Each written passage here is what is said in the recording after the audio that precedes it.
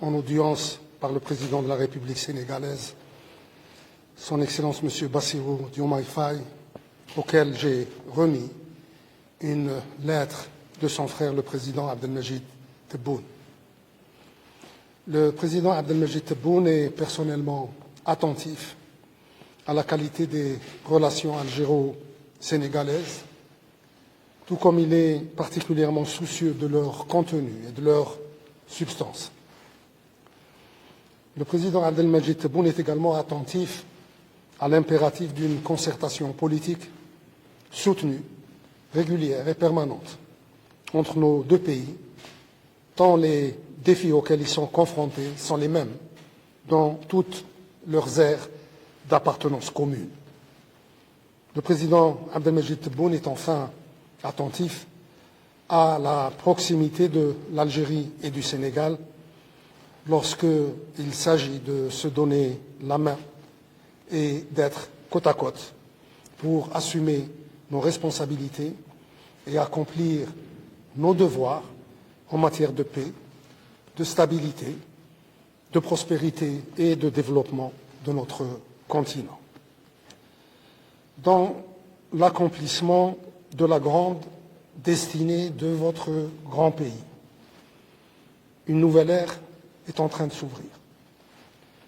Compte tenu de l'histoire de nos deux pays, compte tenu des relations particulières qu'ils ont pu tisser et entretenir entre eux, en dépit parfois des épreuves et des adversités, et compte tenu enfin des aspirations et des ambitions communes qu'ils nourrissent, l'Algérie a à cœur d'être aux côtés du Sénégal à un moment où il entame l'écriture d'une nouvelle page dans son histoire multiséculaire. L'Algérie entend être aux côtés du Sénégal en approfondissant et en densifiant avec lui sa relation de coopération dans le respect des échéanciers que nous décidons, pour un meilleur encadrement juridique de nos sphères de coopération et pour une meilleure identification de nos champs d'action prioritaires qui tirent le mieux avantage des potentiels de coopération existants entre nos deux pays. L'Algérie entend aussi être aux côtés du Sénégal dans cette phase à travers une plus grande mobilisation de nos ressources de concertation politique, eu égard aux nombreux défis qui s'imposent à nous dans cette ère d'appartenance commune, la région sahélo-saharienne qui connaît une montée des périls ayant pour nom le terrorisme, la criminalité internationale organisée, la traite des êtres humains, les reculs économiques autant que sociaux et des instabilités politiques récurrentes.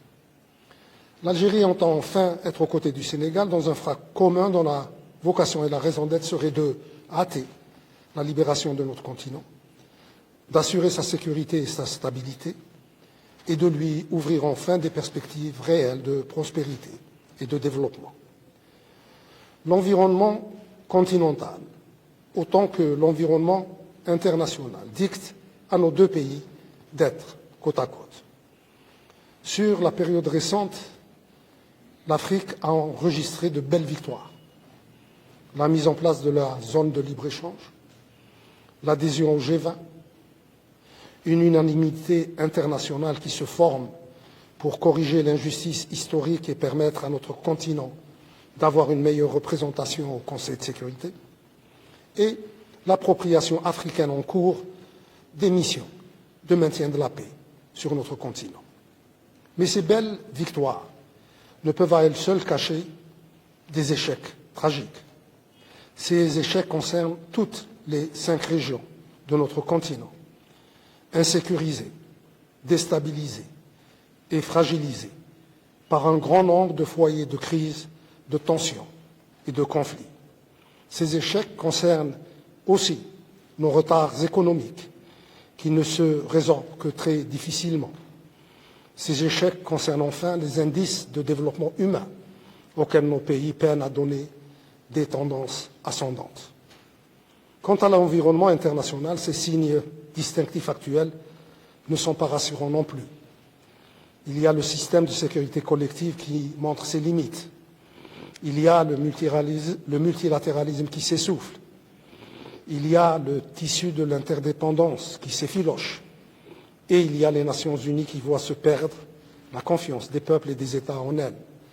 Là aussi, il y a un vaste chantier qui nous attend. Voilà les tâches que nos deux pays doivent prendre à bras-le-corps. Voilà les défis qu'ils doivent relever et voilà les perspectives qui s'ouvrent à eux.